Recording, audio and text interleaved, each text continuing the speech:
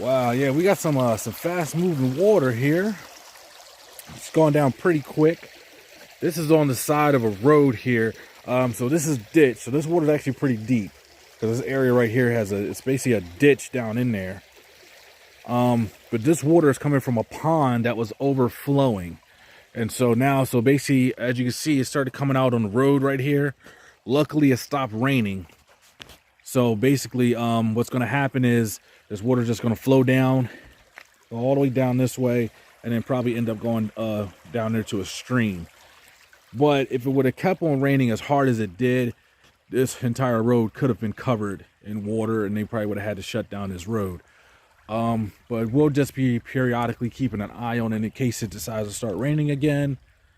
And but for now, I think we're looking pretty good. I mean, it's moving pretty fast, and like I said, it's not raining, so I think we're doing pretty good here. What's up, guys? Welcome to another CDLB side. Man, let me tell you something. Yeah, being out here in the rural areas, like no drains, everything is ditches along the side of the road. Yeah, that was what you guys saw in that first little video that I added to this one. Was yeah, it's a ditch. It's a ditch on either side of the road, and there's like a pond on this property. That pond fills up with a lot of water when there's heavy rain, and so that's what happens. There was so much water coming out of that pond that it overflowed the ditch, and so that water starts going out on the road. And the crazy thing is that I called my foreman up, and I'm telling him like what's going on. He's like, "Yeah, I know that area. That happens all the time." Like, that's the funny thing about doing a lot of this road maintenance is that, like, the people who've been out here for like years doing road maintenance, they know all the areas. They know where it's going to flood, where it's really going to ice up at. You know, they just know all the spots that are going to be trouble because they're the same spots every single year. You know, and depending on what time of the year it is, they know, like, okay, summertime we need to hit this area, this area, this area. Wintertime we got to make sure we check this area, this area, this area. They just know because they've been here for, you know, so long, and it hasn't changed. It just hasn't changed. Oh man. But yeah, that was my night, was just going around looking for spots where it was flooding. Dealing with ditches is like, that's something new to me, dealing with the whole ditch thing, because I don't know, like, because one of my other videos, stuck working in the sticks, well, stuck working out in the sticks or something like that. But anyway, basically, yeah, I'm from the city, so we got drains. You know, we got drains, sewers, sidewalks. But out here in the rural areas, they got ditches, and that's where the water goes. It goes into the ditch, and then the water flows down. It's like a creek or something like that. And so, yeah, that's what it is. So, yeah, that was my night, looking around for flooding. Now, the area I worked at before I got stuck out here in like the sticks, pretty much. It was a mixture of city and sticks out in the area I was before, but we would have issues with the drains because the drains, you would get like a lot of gunk on them, and you get a hard rain, and basically like the water wouldn't be able to go down the drain because there was like a bunch of leaves or trash or something like that. There was this one area, I mean, I can't remember what this road was, but it was like the road was kind of like this. It was like in like a V type of thing going there. I forget what they call that, but it was like a space, like a bowl shape.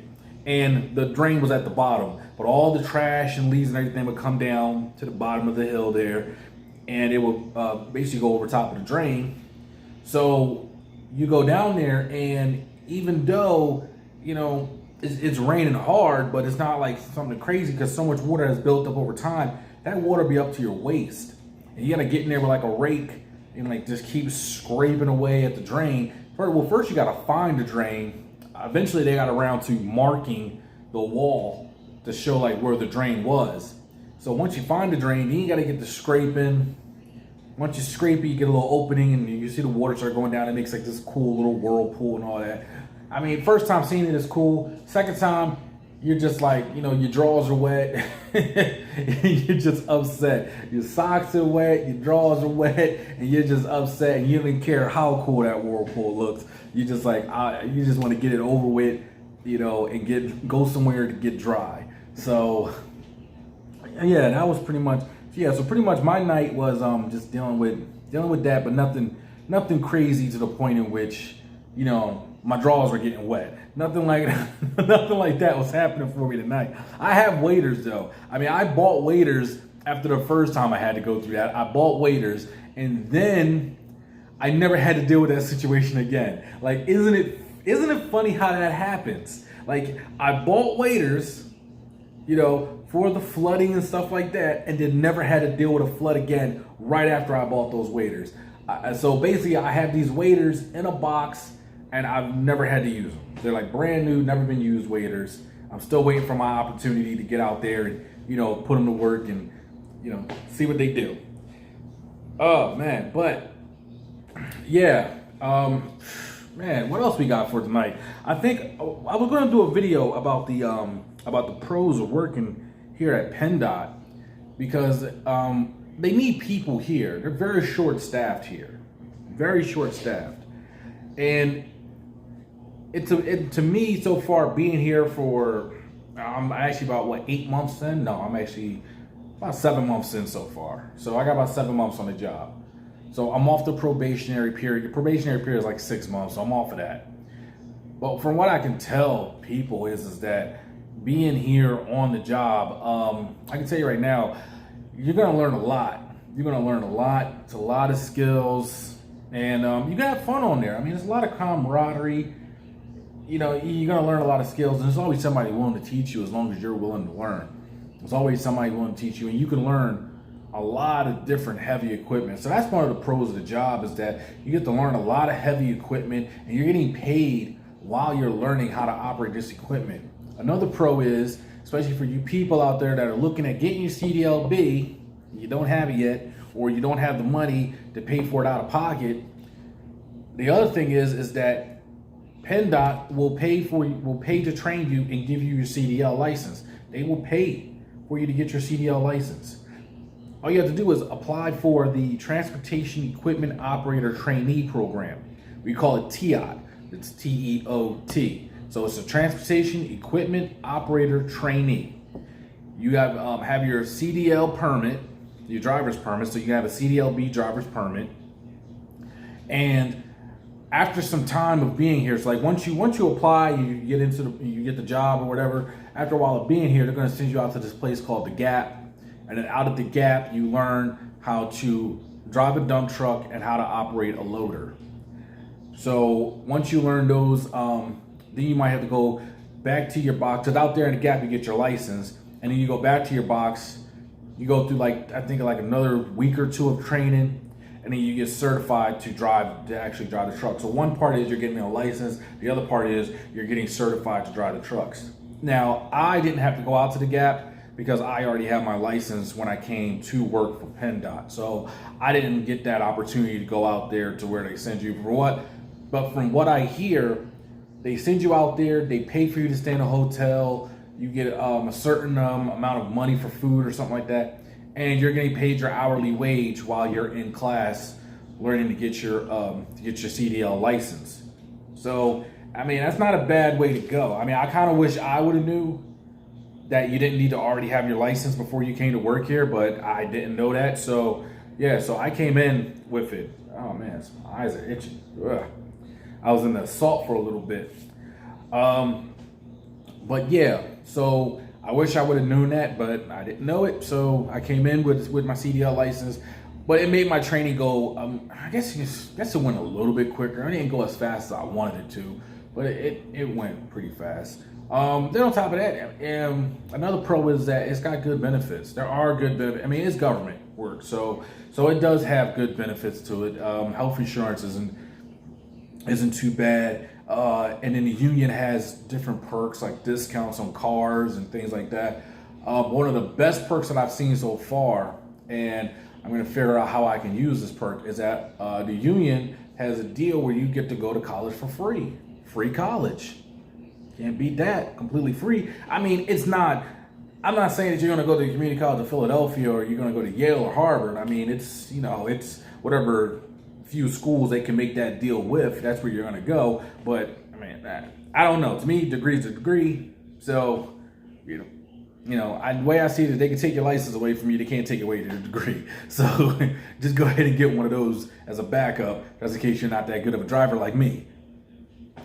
But that's one of the other benefits is, free college. Yeah, because the PENNDOT has its own benefits and perks. And then you are in the union, which is the AFSCME. I have no idea what those letters stand for. Don't ask me. I have no idea. But the union has its own benefits and perks as well. So, so there are not just your health benefits, but your perks as well for working a job. So those are the pros that I see with working a job. And if you're out there and you're looking for a job and you're looking into getting into working with heavy equipment and learning road maintenance and driving dump trucks, I would say come and work here. Why not? The thing about it is that if you go out and get your CDL, if you watch my other videos where I talk about the job market, when you go out and get your CDLB, unless you already have an in somewhere, you're going to be applying around. And you're going to find out real quickly, the way I did, that a lot of places want you to have 1 year of verified driving experience, like working a job where you're driving. They want you to have that 1 year verified in order for you to start making, some of those top dollar gigs, where they're paying you 23, 24, 25. Starting pay is 23, 24, 25. That's the starting pay. If you don't have that 1 year, then you're going to have to end up going to these other places, such as I talked about in my other video about the job market, where they're only going to pay you $16, make 16, maybe up to $17 an hour, because you don't have that 1 year experience. You're fresh out of school. You just got your license. So, I would suggest working for PENNDOT. You can get that experience, but not only are you going to get that 1 year of driving experience, you're also going to get heavy equipment operating experience, because they certify you. PENNDOT will certify you on a lot of equipment. I'm certified to operate a loader. I'm certified to operate an aerial lift, and as you, every 2 pieces of equipment that you learn, you get bump up in pay, which is good. And on top of that, you can take those skills to another job. So let's say you work with PENNDOT and you learn how to operate the loader and a track hoe and a Scorpion and a Bobcat. You can take that, put all that on your resume, and go to another job that pays more money. Because PENNDOT will teach you and pay you, while you're training. You're getting paid while you're training to learn how to operate these machines that other jobs are looking for operators for, or you can go work with the township or something like that. You can make connections, that can lead you to, more profitable jobs, So, I would say it's not a bad place to work, and it's not a bad place to, get your feet wet in the industry. I'm not sure. Is that what it is? Get your toes wet, get your feet wet. I don't know if it's a toe or a whole foot you're supposed to get wet, but it's it's something. It's a way to get inside, to get in the industry, get your foot in the door, and start driving. All right, so that's what I got for this one. Like, subscribe. Until next time, thanks for watching.